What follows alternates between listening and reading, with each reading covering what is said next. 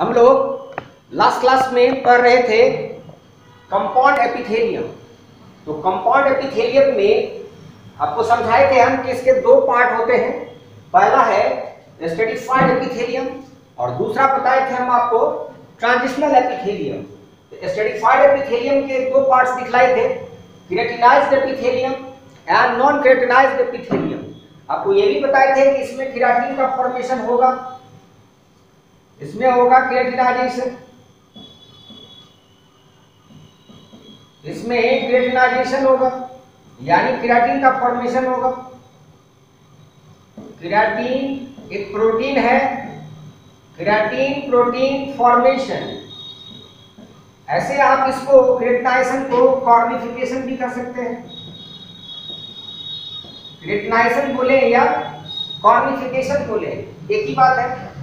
Keratin का formation keratohyalin से होगा, जो आपको डायग्राम में हम दिखलाए थे। अगर हम यहां पर लंबा लंबा सेल दिखला दें बेस पर और ऊपर में अगर हम फ्लैट सेल्स दिखलाएं जिसको कहेंगे स्क्वामस एपिथेलियल सेल्स,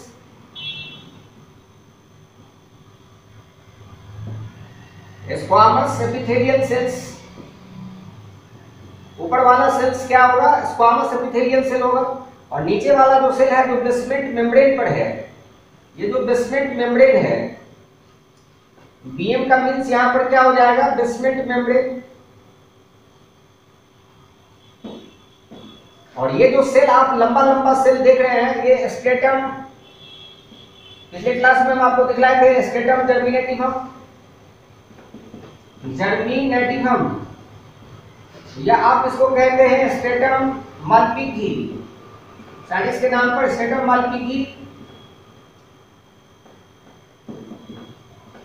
इसको आप बोलते हैं। इसमें रैपिड माइटोटिक डिवीजन का पावर होता है और ये रैपिड माइटोटिक डिवीजन के द्वारा न्यू सेल्स बनाता रहेगा। न्यू सेल्स, जो न्यू सेल बनेगा वो सेल ऊपर की तरफ मूव करेगा, जिसको हम एरो से ऊपर की तरफ दिखला रहे हैं। ये एरो की तरफ दिखला रहे हैं, ये एरो से ये ऊपर जाएगा, मूव करेगा ऊपर। जैसे जैसे ये ऊपर जाएगा, सोचिए यहां पर होगा केराटोहाइलिन, केराटोहाइलिन का फॉर्मेशन होगा। केराटोहाइलिन जब और ऊपर जाएगा सेल में तो वो इलिडिन में चेंज हो जाएगा, यानी केराटोहाइलिन से इलिडिन का फॉर्मेशन हो जाएगा। ये है केराटोहाइलिन, बन गया आप इलिडिन। अब ये इलिडिन ट्रांसपेरेंट बनाएगा सेल को और ये और ऊपर जब जाएगा तो यहां पर बन जाएगा केराटिन। इलिडिन से केराटिन का फॉर्मेशन हो जाएगा। सबसे ऊपर का सेल जो है ये कहलाएगा स्ट्रेटम कॉर्नियम। अब इस केराटिन प्रोटीन के कारण स्ट्रेटम कॉर्नियम डेड हो जाएगा और ये डेड पार्ट यहां से हटता रहेगा, ये यहां से रिमूव होता रहेगा, जिसको कहेंगे हम लोग कास्ट ऑफ। जैसे जैसे ये यहां से हट के प्लेस वेकेंट करेगा, उसका जगह, खाली जगह को भरने के लिए नीचे से सेल आ जाएंगे और वो सेल कौन बना के भेजेगा? तो आंसर है स्ट्रेटम जर्मिनेटिवम। अब हम लोग स्किन की बात करते हैं। सपोज किसी का स्किन का बर्निंग हो जाए, जल जाए स्किन, और ये लेयर अगर जल जाए स्ट्रेटम जर्मिनेटिवम, तो फिर वहां पर नया स्किन नहीं बनेगा, वहां पर स्किन ग्राफ्ट करना होगा। ये याद रखना है आपको। ये जीवित होता है, लाइव है ये, लेकिन ऊपर का जो पार्ट है स्ट्रेटम कॉर्नियम वो डेड हो गया है। डेड किसके कारण हुआ है? तो केराटिन के कारण हुआ है। और आपको बताए थे कि डेड पार्ट हम लोग के बॉडी में कहां-कहां है, वहां ये मिलेगा, ये टिश्यू। तो बताए थे फाउंड इन हेयर्स। पहले तो आप स्किन एपिडर्मिस लिख लें। स्किन का एपिडर्मिस का सेल मर के हटता रहता है। हम लोग के हेड में या अपने स्किन पर हेयर है तो ये हेयर में होगा, हॉर्न में होगा, एंटलर्स में होगा, नेक्स्ट नेक में होगा, नाखून में होगा, जानवर के खुर में होगा तो कहेंगे हूफ्स या हूफ, हूफ्स। लिप्स पर होगा, mouth, dorsum of tongue, anterior dorsum of tongue, anterior dorsum of tongue, lower anus, I mean lower anal canal, इस सब में आपको ये केराटिनाइज्ड एपिथेलियम मिलेगा। और जहां भी केराटिन बनेगा वो स्किन को या अदर पार्ट्स को, जैसे हेयर हो, हॉर्ट हो, सो जो भी हो, उसको डेड बना देगा और डेड पार्ट हमेशा हटता रहेगा। ये पहचान है केराटिनाइज्ड एपिथेलियम का। केराटिन वाटर प्रूफ कर देता है, वाटर इसके अंदर नहीं जा सकता है और वाटर के अभाव के कारण ही प्रोटोप्लाज्म ड्राई हो जाएगा। ये वाटर प्रूफ बना देता है keratin. Non keratinized epithelium diagram में सेम होगा केराटिनाइज्ड एपिथेलियम के जैसा, सिर्फ एक डिफरेंस है कि यहाँ पर केराटिन का फॉर्मेशन नहीं होगा, सेल डेड नहीं होंगे और वो वहां से रिप्लेस नहीं होगा। तो नॉन केराटिनाइज्ड एपिथेलियम में नन वर्ड आप देख रहे हैं लगा हुआ, इसका मीन्स है नो केराटिन फॉर्मेशन, यानी नो केराटिनाइजेशन या नो केराटिन फॉर्मेशन आप बोल सकते हैं।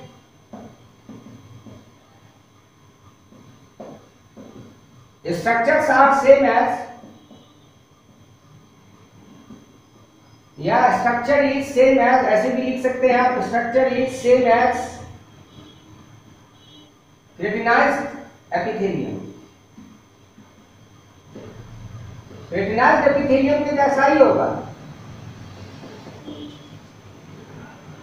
अब क्वेश्चन है कि ये नॉन केराटिनाइज्ड एपिथेलियम कहां मिलेगा? तो फाउंड इन, ये मिलेगा found in oral cavity, epiglottis, pharynx, epiglottis, pharynx, vocal cord,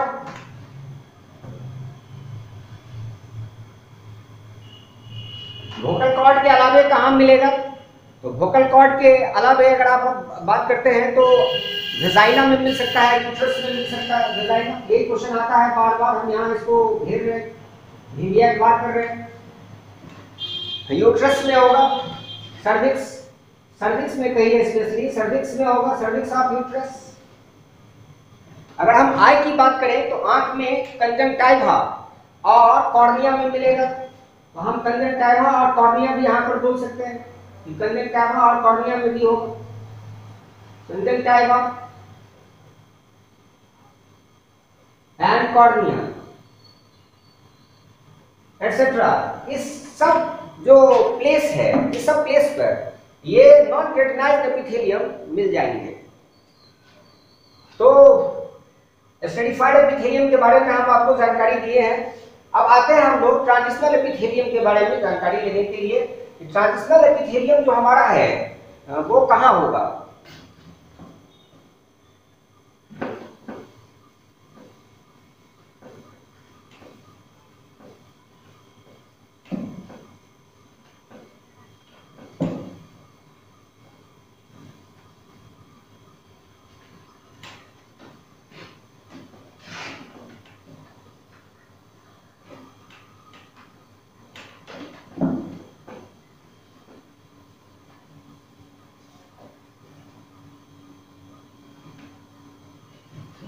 हम देखें ट्रांजिशनल एपिथेलियम।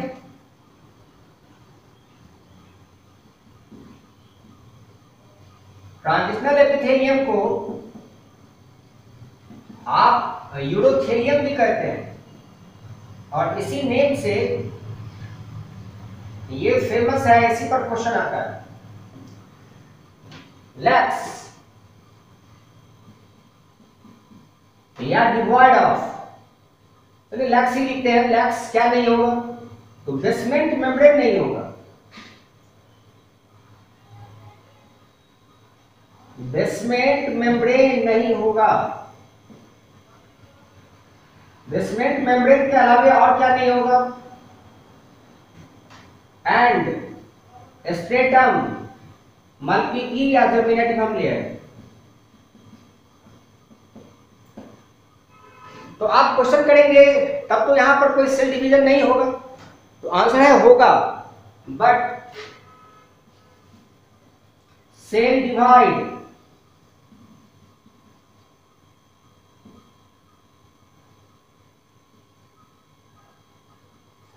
सेल क्या होगा, डिवाइड करेगा, सेल में डिवीजन होगा, बट सेल डिवाइड। तो ये सेल अगर डिवाइड होगा तो गारंटी है कि नए नए सेल बनेंगे। ये स्पेशल क्वालिटी है,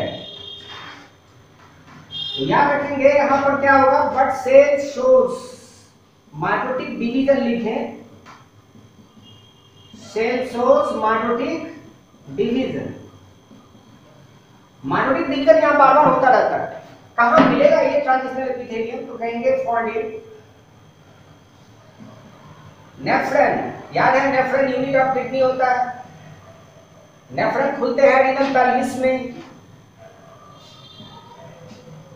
रीनल पेल्विस खुलता है यूरेटर में, यूरेटर खुलता है, यूरेटर खुलता है और नीचे आएंगे तो आपको मिलेगा यूरेटर से यूरिनरी ब्लैडर, यूरिनरी ब्लैडर में होगा। इसके अलावा ये खुलेगा यूरेथ्रा में, तो अपर पार्ट ऑफ यूरेथ्रा में केवल होगा, जहां से यूरिनरी ब्लैडर से यूरेथ्रा स्टार्ट होता है, अपर पार्ट ऑफ यूरेथ्रा।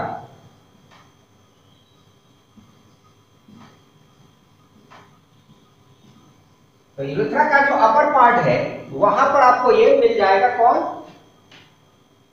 तो आंसर है ट्रांजिशनल एपिथेलियम। ये देखिए सब के सब यूरिन से रिलेटेड है, इसलिए इसका नेम यूरोथेलियम दिया गया है, इसलिए नाम देते हैं यूरोथेलियम। ये क्या करेगा transitional epithelium, make urinary bladder, इस पर मार्क कर रहे हैं, मेक यूरिनरी ब्लैडर इलास्टिक, उसको इलास्टिक बनाता है एंड स्ट्रेचेबल, ताकि वो साइले टू स्टोर यूरिन, ताकि स्टोर कर सके यूरिन को, ज्यादा से ज्यादा यूरिन यहां पर क्या हो सके, स्टोर हो सके। Easy passage of urine, easy passage of urine, ताकि यूरिन कंट्रैक्टाइल होगा, दबेगा ज्यादा तो यूरिन डिस्चार्ज होगा। अब कहिए इसके अलावा क्या और कोई फंक्शन है, तो कहेंगे है रोटेट या prevent leakage of toxic chemicals of urine into the surrounding,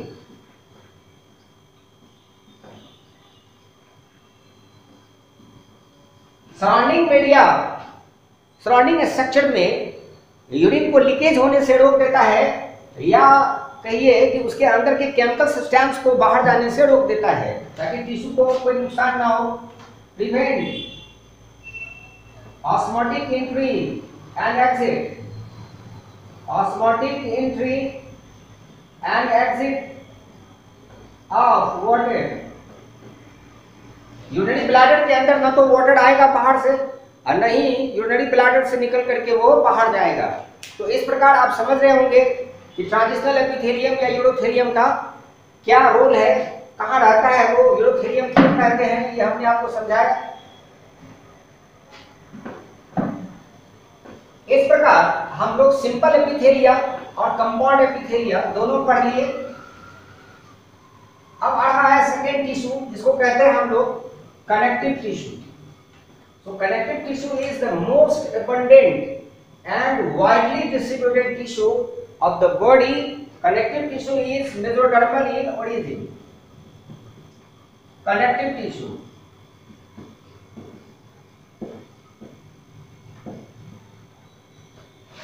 याद कीजिए, आपको समझाए थे कनेक्टिव टिश्यू मेसोडर्मल ओरिजिन का होता है। Mesodermal in origin, most abundant and widely distributed tissue most abundant and widely distributed tissue in the body, पूरे body में ये सबसे ज्यादा पाए जाने वाला टिश्यू है। क्यों नाम है connective? Connect different body parts, connect different body parts and fill gap between the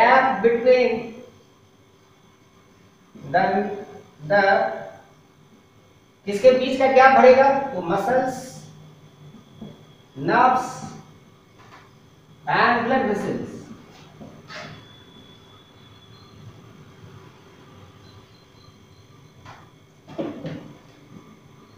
तो ये इंपॉर्टेंट है कनेक्टिव टिश्यू के लिए। अब हम लोग कनेक्टिव टिश्यू को डिवाइड करेंगे कि एक बच्चा जब एम्ब्रियोनिक लाइफ में अपने मदर के यूट्रस में रहता है उस समय में हम कनेक्टिव टिश्यू को कहते हैं एम्ब्रियोनिक कनेक्टिव टिश्यू। तो कनेक्टिव टिश्यू को हम लोग डिवाइड कर लेंगे, एक होगा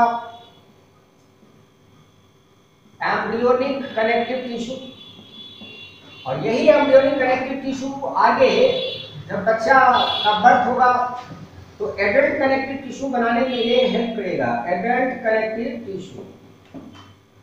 अब सबसे पहले है कि एम्ब्रियोनिक लाइफ में मेसेंकाइम बनते हैं। मेसेंकाइम का जो सेल है, mesenchymal cell, mesenchymal cell forms all adult connective tissue. जितने भी एडल्ट कनेक्टिव टिश्यू बनेंगे उसको बनाने में ये हेल्प करेगा मेसेंकाइम। दूसरा है मिक्वाइड, मिक्वाइड जेल जो म्यूकस से भरा हुआ होगा जिसको आप कहते हैं वार्टन्स जेली।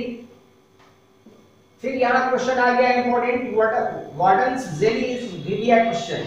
वार्टन्स जेली कहाँ होगा? सो वार्टन्स जेली जेल टाइप होता है इसलिए कहते हैं जेली, क्योंकि इसमें म्यूकस होते हैं और म्यूकस पॉलीसैकेराइड होता है। Mucus gel Wharton's jelly of umbilical cord, ये कहाँ मिलेगा? अम्बिलिकल कॉर्ड में मिलेगा। एक बच्चे का जो अम्बिलिकल कॉर्ड होता है, इसके द्वारा मदर का जो यूट्रस है वो बच्चे के अम्बिलिकस से, नाभि से जुड़ा हुआ रहता है अम्बिलिकल कॉर्ड के द्वारा। आपको याद है अम्बिलिकल कॉर्ड में 2 आर्टरी और 1 वेन होता है। आर्टरी वहां इम्प्योर ब्लड कैरी करता है और वेन प्योर ब्लड को कैरी करता है, जो एक्सेप्शन है जो आप पढ़ते हैं। तो याद रखेंगे वाटर्स जेली पर क्वेश्चन आता है, मेसेंकाइम या मेसेंकाइमल सेल पर क्वेश्चन आएगा, पूछ देगा आपसे कि बताइए कनेक्टिव टिश्यू को कौन बनाता है, तो आंसर यही होगा मेसेंकाइम या मेसेंकाइमल सेल, ये आंसर होगा।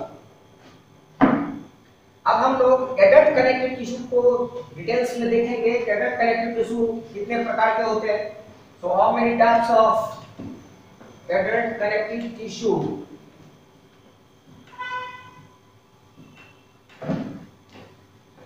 are present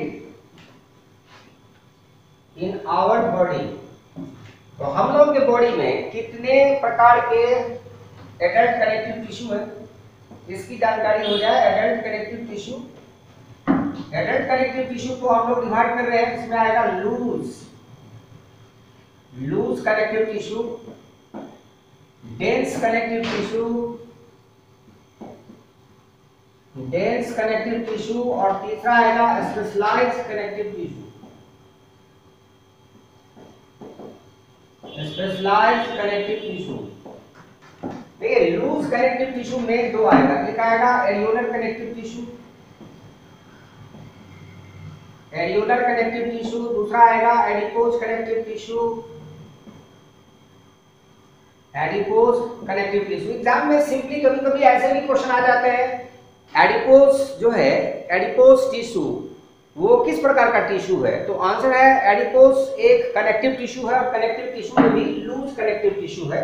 और जो हम लोगों ने लिखा है कि connective tissue is the most widely distributed, तो वाइडली डिस्ट्रीब्यूटेड इस तीनों में से कौन होगा? तो आंसर यही है, ये है वाइडली डिस्ट्रीब्यूटेड। मोस्ट एबंडेंट भी यही होता है और वाइडली डिस्ट्रीब्यूटेड भी यही होता है, ये होता है मोस्ट एबंडेंट। इस तीनों में सबसे ज्यादा एंड वाइडली डिस्ट्रीब्यूटेड यही है।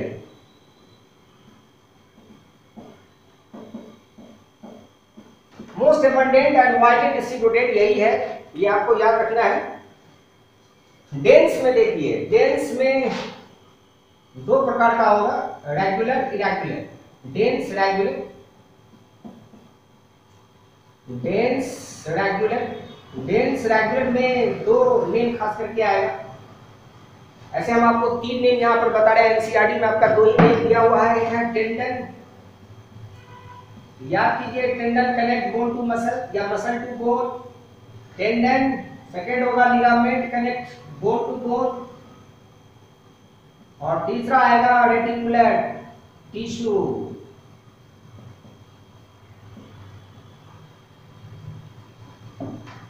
और दूसरा होगा इरेगुलर, डेंस इरेगुलर। और जो डेंस इरेगुलर होंगे ये कहां मिलेंगे? ये होगा स्किन डर्मिस। स्किन के दो पार्ट होते हैं, एपिडर्मिस एंड डर्मिस। स्किन के डर्मिस में आपको डेंस इरेगुलर कनेक्टिव टिश्यू मिलेगा। स्पेशलाइज्ड कनेक्टिव टिश्यू में देखिए, स्पेशलाइज्ड कनेक्टिव टिश्यू में पहला है लिक्विड कनेक्टिव टिश्यू। और लिक्विड कनेक्टिव टिश्यू में आपके दो पार्ट आते हैं, एक ब्लड जो आप ऑलरेडी पढ़ चुके हैं, लिम्स। जो लोग ब्लड पढ़े होंगे उसको पता होगा, ब्लड वाले यानी सर्कुलेटरी पार्ट में ही हम आपको लिम्स भी बताए हुए हैं जो हमारे बॉडी में सर्कुलेट करते हैं। Liquid connective tissue, liquid connective tissue में कोई फाइबर्स नहीं होता है, ये क्वेश्चन आता है, नो फाइबर्स। अभी हम लोग पढ़ेंगे कनेक्टिव टिश्यू का कंपोजिशन क्या है, किससे कनेक्टिव टिश्यू बनते हैं। तो वहां देखिएगा फाइबर्स का नेम आएगा, और ब्लड या लिम्फ में कोई फाइबर्स नहीं होते। दूसरा आएगा स्केलेटन, स्केलेटल कनेक्टिव टिश्यू। और स्केलेटल कनेक्टिव टिश्यू में बोन आएगा जो ऑलरेडी आपको बताया जा चुका है, कार्टिलेज आएगा, ये भी हम आपको पढ़ा चुके हैं।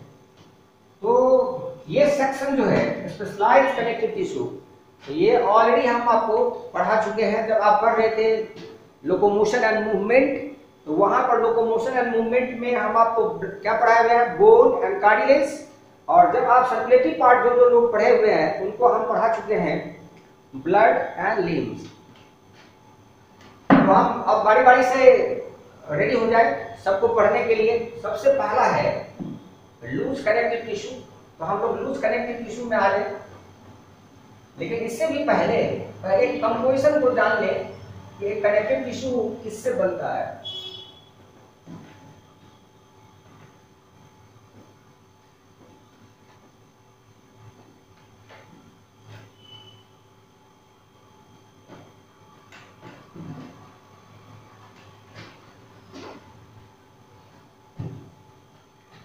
तो चलिए देखते हैं कनेक्टिव टिश्यू के लिए chemical composition of connective tissue. Chemical composition of connective tissue, इसमें फर्स्ट आएगा सेल्स, दूसरा आएगा फाइबर्स, तीसरा आएगा मैट्रिक्स। मैट्रिक्स एक नॉन लिविंग सब्सटेंस है, नॉन लिविंग सब्सटेंस।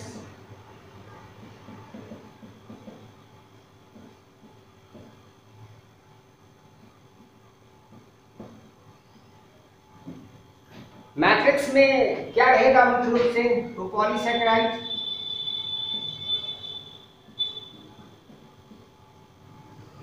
पॉलीसैकेराइड में हाइलोनिक एसिड, हाइलोनिक एसिड यहां पर होगा। मैट्रिक्स में इसके अलावे वाटर होंगे। ये मैट्रिक्स मेजर कंपोनेंट के रूप में कनेक्टिव टिश्यू में होगा। अब हम लोगों को देखना होगा सेल्स कितने प्रकार के होंगे, फाइबर्स कितने प्रकार के होंगे। पहले हम फाइबर्स के बारे में बता दें। इसमें मिलेगा white collagen fibre, white collagen fibres. दूसरा मिलेगा आपको yellow elastic fibres, yellow elastic fibres. और तीसरा मिलेगा रेटिकुलर फाइबर्स।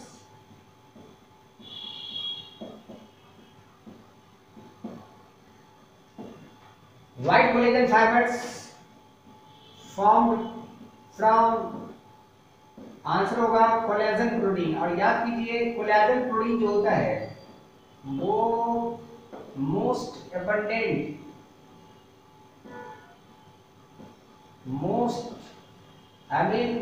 एनिमल वर्ल्ड में सबसे ज्यादा अगर कोई टिश्यू है तो वो कौन है? Collagen tissue, collagen protein. हम कहेंगे most abundant in the animal world, most abundant in the animal world.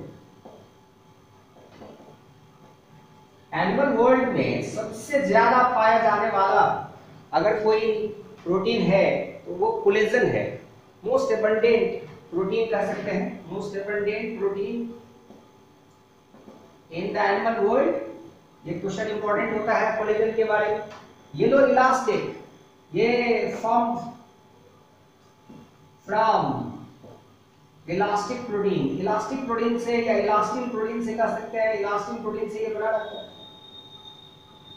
और कोलेजन फाइबर्स जो है ये बना रहता है रेटिकुलिन प्रोटीन से, form from reticulin protein. Reticulin protein से इसका फॉर्मेशन होता है। अब सेल में देखिए, सेल में सबसे इंपॉर्टेंट है मेसेंकाइम सेल। हम आपको पहले ही बताए हैं कि एडल्ट कनेक्टिव टिश्यू का जो फॉर्मेशन होता है वो मेसेंकाइम से होता है। मेसेंकाइम के जो सेल होते हैं वही इसको बना करके तैयार करता है। तो सेल में मेसेंकाइम सेल आएंगे, इसके अलावे मास सेल आएगा, हिस्टियोसाइट सेल आएंगे, फाइब्रोब्लास्ट सेल आएगा, तो mesenchyme cell,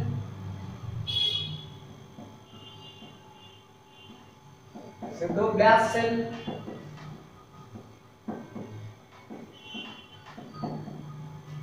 histiocyte sales,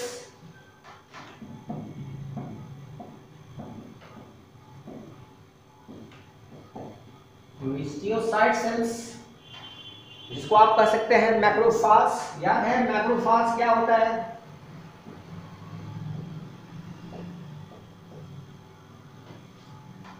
and mass cell, यहां पर मास सेल होगा।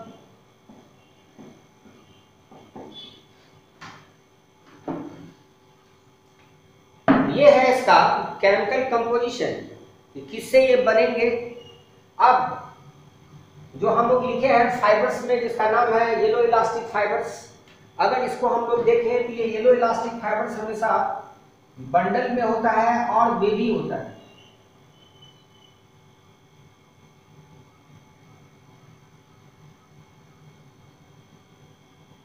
ये है व्हाइट कोलेजन फाइबर।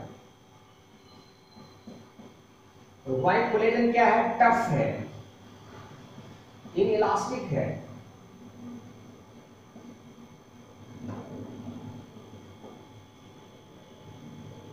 एक बंडल है,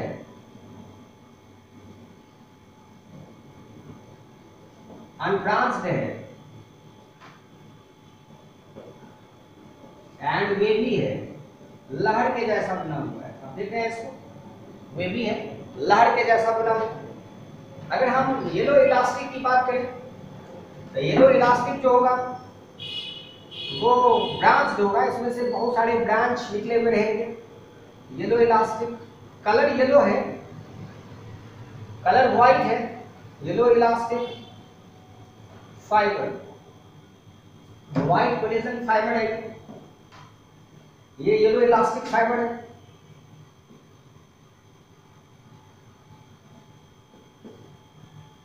ये क्या है?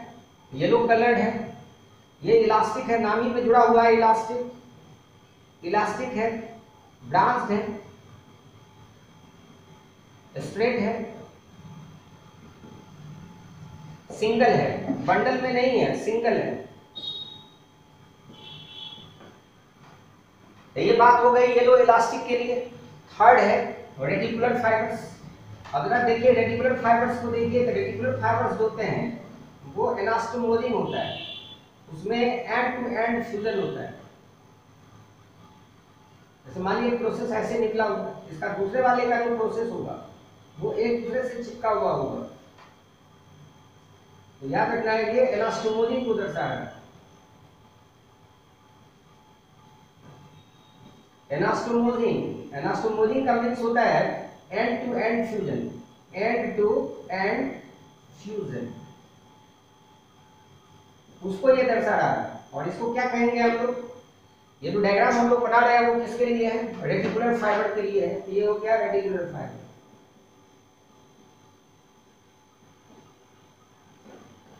हम लोग के बॉडी में ये reticular fibre reticulo endothelial system में मिलता है। कहां मिलेगा, रेटिकुलो एंडोथेलियल सिस्टम में ये आपको मिल जाएगा।